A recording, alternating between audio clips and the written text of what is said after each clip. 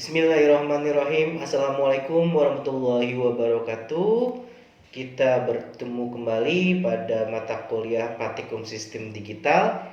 Pada hari ini kita akan menjelaskan tentang shift register. Tentunya untuk materi sebelumnya sudah kita terangkan, sudah saya jelaskan bagaimana proses untuk counter, flip-flop, JK, dan lainnya. Nah, sementara setelah kita sudah mengetahui ataupun sudah dapat memahami tentang pembuatan pola counter pada sistem digital, selanjutnya kita akan memasuki yang namanya shift register. Dalam elektronika digital sering diperlukan penyimpanan data sementara. Sebelum data diolah lebih lanjut, elemen penyimpanan dasar adalah flip-flop. Setiap flip-flop menyimpan sebuah bit data, sehingga untuk menyimpan data n, yaitu banyaknya bit, diperlukan n buah flip-flop yang disusun dalam bentuk register. Suatu memori register menyimpan dengan contoh data 1011 dapat ditunjukkan blok diagram. Nah, artinya dalam melakukan penyimpanan semakin banyak data atau semakin banyak bit data yang tersimpan, maka diperlukan banyak pula rangkaian flip-flop tersebut. Pada studi kasus kali ini terdapat 4 buah bit, yaitu 1011, di mana 4 buah bit ini tersusun dari 4 buah rangkaian flip-flop. Karena setiap flip-flop dapat menyimpan bilangan 1 bit. Selanjutnya, dalam penyusunannya, untuk serial input dapat dikatakan bisa menjadi 2 jenis, yaitu ada serial input data input, ada paralel data input. Nah, seperti ini. Jika serial data input, maka data yang dimasukkan saling berkesinambungan antara input, lalu antara output 1 masuk ke input 2, lalu output 2 akan masuk ke input 3, lalu output 3 akan masuk ke input 4. Itu yang disebut dengan serial data input. Sehingga menghasilkan bisa menjadi serial data output maupun bisa menjadi paralel data output. Jadinya dalam serial data input bisa menghasilkan 2 buah output, yaitu paralel data output, di mana data output itu diambil dari setiap rangkaian, sedangkan untuk serial data output untuk keluaran hanya diambil dari hasil akhir. Sementara untuk paralel data input terbagi menjadi 4, tergantung banyaknya rangkaian flip-flop. Karena di sini hanya terdapat 4 bit, maka kita hanya menggunakan 4 paralel data input secara berbeda. Ada D0, D1, D2, dan D3. Ini merupakan sebuah inputan yang tidak saling berkesinambungan antara flip-flop 1, flip-flop 2, dan flip-flop 4. Karena untuk data input di sini berdiri sendiri. Adapun paralel data input dapat dikonversikan menjadi output dalam bentuk serial dan juga output dalam bentuk paralel. Nah, ini adalah metode penyimpanan dalam sebuah rangkaian flip-flop. Data biner dapat dipindahkan secara seri atau paralel, ya, yang saya jelaskan tadi sebelumnya. Nah, di sini disebut dengan seri. Artinya mereka saling berkesinambungan antara satu input lalu dengan input yang lainnya, saling berkesinambungan. Disebut dengan data biner secara seri. Sementara data secara paralel, karena ini adalah sistem digital hanya mengenal angka 1 dan 0, tercatat kalau 1 itu seperti bukit, sementara kalau 0 dia akan datar. Nah, ini adalah nilai 1011, di mana untuk input dengan mode seperti ini tidak saling berkesinambungan. Artinya setiap jenis flip-flop memiliki input masing-masing tersendiri. Nah, ini adalah data biner yang dikelola secara seri ataupun secara paralel.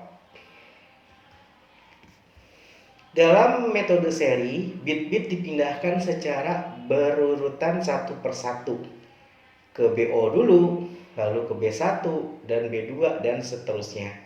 Karena yang saya sudah katakan bahwa metode seri ini akan saling berkesinambungan antara bit 1 dengan bit yang lainnya. Sedangkan dalam metode paralel, bit-bit dipindahkan secara serempak sesuai dengan jumlah cacah paralel. 4 jalur untuk 4 bit secara sinkron dengan sebuah pulsa clock.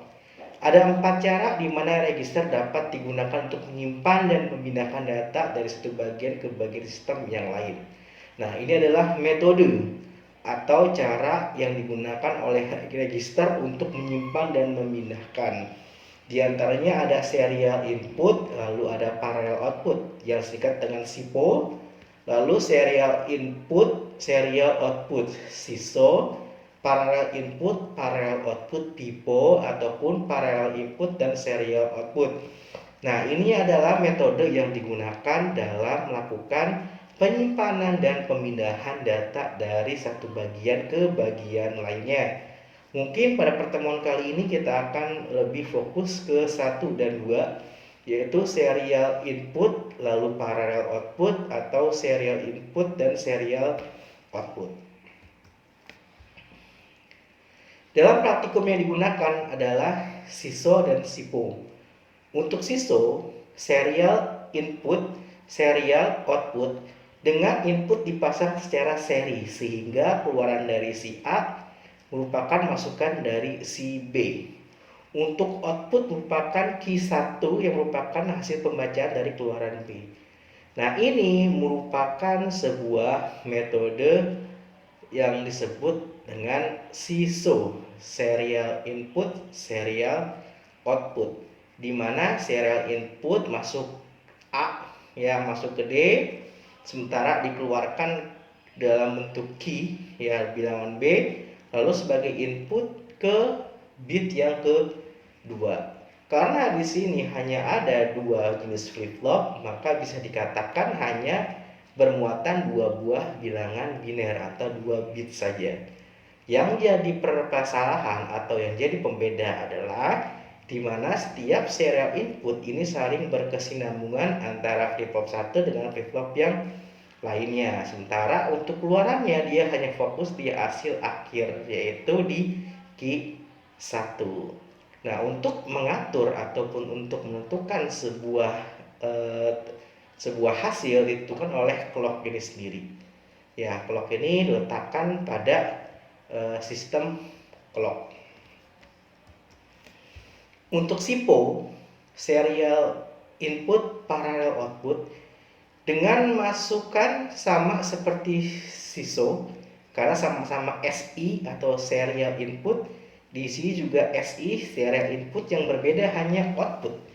Kalau PO parallel output, kalau SO adalah serial output yang berupa serial A dan B, namun untuk keluarannya berupa lebih dari satu output dengan key A dan key B kemudian ditambahkan berupa rangkaian clear. Nah, perbedaan antara SISO dengan SIPO adalah di mana dari outputnya itu diambil keluarannya masing-masing bit. Artinya ketika rangkaian A ya masuk ke dalam bit 1, maka keluaran dari A tersebut akan menghasilkan output yang namanya key A. Karena sama-sama serial atau SI, maka output dari bit 1 akan masuk ke bit B, di mana akan menghasilkan sebuah output yang namanya key B.